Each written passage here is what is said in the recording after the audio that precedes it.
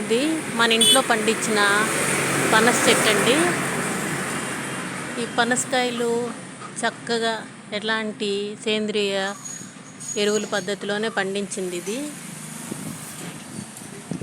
ఎలాంటి కెమికల్స్ కలపకుండా సేంద్రియ ఎరువులతో పండించినటువంటి పనసకాయలు ఇవి. ఇంకా ఇది నిమ్మ చెట్టు. ఈ నిమ్మ చెట్టు కూడా అంతే, బాగా చక్కగా మంచిగా పిందలేసింది కదండి.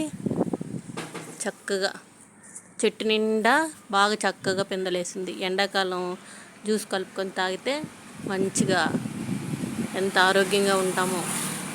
ఇట్లా ఇది కూడా చక్కగా ఇలా పాదులు చేసుకుని ఇలాగా చెట్ల నిండా కూడా చక్కగా ఎరువులు వేసుకొని సేంద్రియ ఎరువులతోనే చక్కగా నీరు పట్టేస్తే, సామెతే ఉంది కదండి, నిమ్మకి నీరు ఎత్తడం అంటే.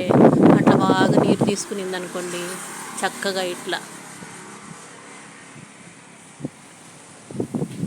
మంచిగా కాయలు వస్తాయి అన్నమాట. వీటిని తింటే మనకి మంచి ఆరోగ్యం. పండ్లు తినలేము, వీటి వల్ల ఏంటో వాటి వల్ల ఏంటో అని టెన్షన్ అక్కర్లేదు. ఇంకా జాజిపూల చెట్టు. ఇది జాజిపూల చెట్టు కూడా మనకు చక్కగా జాజిపూలు ఇస్తుంది. తర్వాత కరివేపాకు చెట్టు గురించి అందరికీ తెలిసిన విషయమే. కరివేపాకు ఉంటే చాలు ఇంట్లో. అసలు శాస్త్రమే ఉందండి. ఏంటో తెలుసా, కరివేపాకు లేదని అలవేలు మంగమ్మ గారు అలిగిపోయారంట. అట్లా ప్రతి ఇంట్లోనూ ఇలా చిన్నవి మనం చక్కగా పెంచుకోవాలి. ఇలా పెంచుకున్నందువల్ల ఎలాంటి ఎరువులు ఎలాంటిది మనమే వేసుకుంటూ తయారు చేసుకుంటూ చక్కగా ఇలా తయారు చేసుకోవచ్చు. ఇలా తయారు చేసుకున్న వాటిని మనం ఇంట్లో ఉపయోగించుకున్నందువల్ల ఆరోగ్యానికి ఆరోగ్యం. ఇంట్లో మనకి కార్బన్ డైఆక్సైడ్ చక్కగా ఈ గాలి ఇవి పీల్చినందువల్ల చక్కటి ఆరోగ్యాన్ని ఇస్తుంది. అందులో ఈ ఎండలకి మనం చక్కగా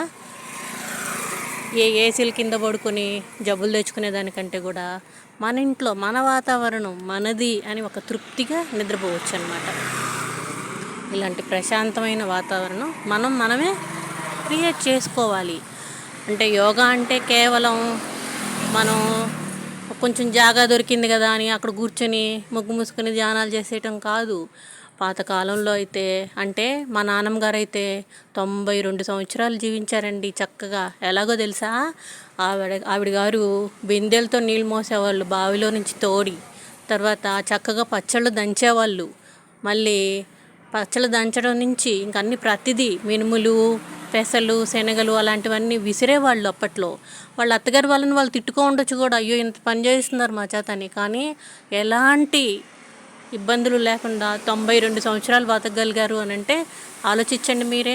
ఇప్పటిలో వ్యాయామాలని అవి ఇవి చేయాల్సి వస్తుంది, కానీ అప్పటికి వాళ్ళకి శారీరక శ్రమ తప్పితే ఎలాంటి వ్యాయామాలు చేసిన వాళ్ళు కాదు. అట్లని ఎలాంటి మెడిసిను వాడలేదు వాళ్ళు, ఏ మందులు లేదు, చక్కగా శ్రమ చేసేవాళ్ళు. అట్లని ఇప్పుడు మనకున్న పరిస్థితులకి మనకున్న అంటే తక్కువ చోటు కదండి, మనం అంతంత వ్యాయామాలు అంతంత బిందెలు. ఇప్పుడున్న జనరేషన్ మారిపోయింది కదా, అన్ని టెక్నాలజీతో బతికే వాళ్ళం కాబట్టి ఖచ్చితంగా కొంత గొప్ప యోగా చేసుకుంటూ ప్లస్ మనం ఇవన్నీ కూడా కొంచెం శారీరక శ్రమ ఇచ్చామనుకోండి, చక్కగా మన శరీరాన్ని మనకి ఏ విధంగా తీర్చిదిద్దుకోవాలో ఆ విధంగా తీర్చిదిద్దుకోగలం అన్నమాట.